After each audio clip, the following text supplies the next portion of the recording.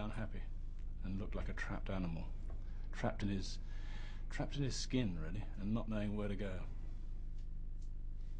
Dave's been sober 15 years, and I didn't know anything about AA, NA, being clean or being sober, or wanting to sort your problems out. You know, I didn't have any problems at the time because I got cocaine. As a person, I just felt a huge amount of empathy for what he was going through. You know, he'd been very successful, and he'd blown his life up, and I'd done exactly the same, you know, 15 years before. Been very successful and blown my life up, you know, and it's not a pleasant place to be, basically, when you're in the midst of the explosion. As I normally did, I used to go on these benders, and then at 7 o'clock in the morning I used to get the earliest train, still awake, and go up to Stoke-on-Trent to see my mum.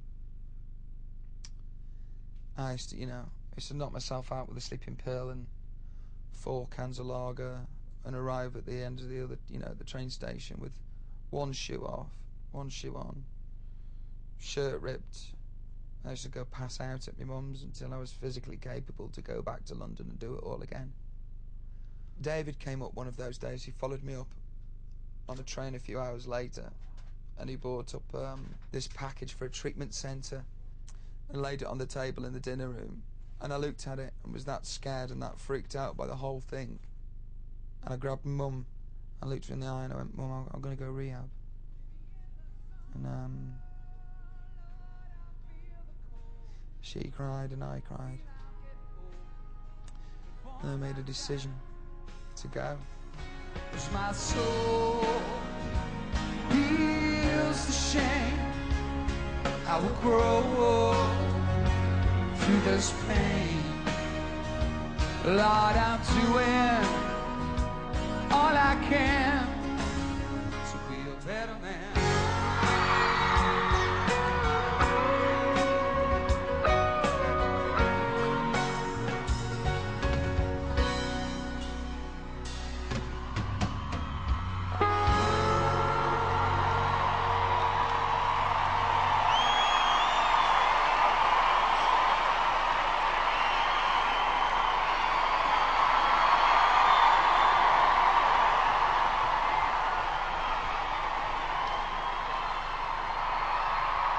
Despite Robbie's love-hate relationship with his job, the tour was going very well. Every venue was sold out, and the Europeans were enthusiastic. The momentum was halted temporarily, as Robbie had to return to London for a few days.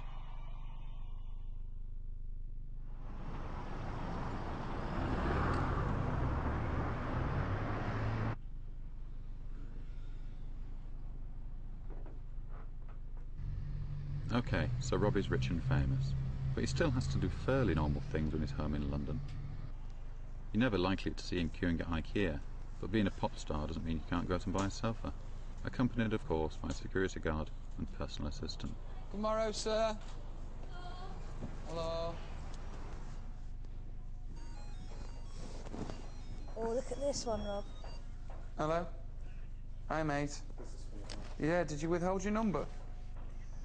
I'm just exactly that one. It's sitting on a sofa. I'm in a sofa place in Sloane. I don't think it's leather. What is that actually suede or is that? Yeah, no, that's suede. Oh, I'll come back and pick you up if you want. This is nice. Does this All right, wear I'll come really pick you up. badly though? See you in a minute. Right. Suede's quite nice, Rob. Nice. But that fabric's nice. And if you is this a foam cushion? You just want to fall in. You just want to fall into it. You want to go And this is the one you can make in an L shape. You can cut any size you want. We can do everything any size you want, but that's the biggest one. Are they 10 weeks for ordering? Weeks for special order. What about for an ultra special order? Ultra special quickly? Well, maybe 10. That's over 3 months, isn't it? You can go to IKEA now and buy one if you want. No. Something like that you want, isn't it? Yep, exactly like that. Choice made. Brilliant, brilliant. Really nice rug. Very comfortable. Went to the dentist the next day, and it's a dentist that she's insistent on filling me up full of drugs, lashings of nitrous oxygen and adrenaline shots. And I said, look, don't give me that nitrogen, because it doesn't suit me.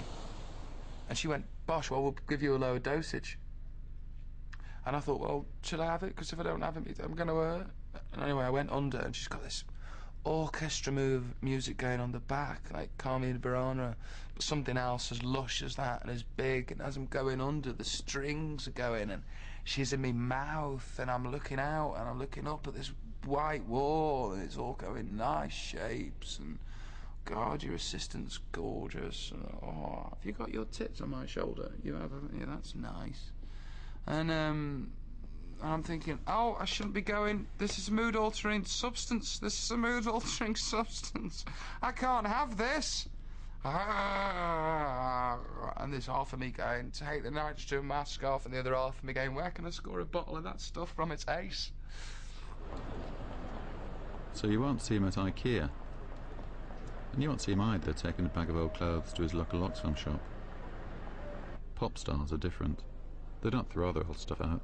They invite people to bid for it. Lot 2, a number 1 football shirt. 950. 1,000. Robbie. Is that all for this lovely thing? Is that a bid? Robbie. Sold. Paddle 152. 1,100. The reason why I do charity work is because it feels natural and I want to do it. And there is an element of, look, I'm being a good lad as well. The old charity maid. You're doing a lot of work for charity. And I cannot not do it. I cannot not do it. Lot 12, Robbie's lunchbox. I'm going to start the bidding on this one at 420. You know, I was reading journalists attacking celebrities for doing charity work. It appalls me the way that people do get attacked. Because, say for example, if they were doing it for their own back, if they were doing it for their own ends, if they were doing it for look at me, look how great I am, so fucking what? So fucking what? They're fucking doing it, which is more than them miserable journalist bastards that fucking criticise them are doing. What have you done fucking lately? Do you know what I mean, though? You sit there and you fucking criticise people for doing charity work. What the fuck have you put back recently? Wankers, ask yourself that. Fuck off.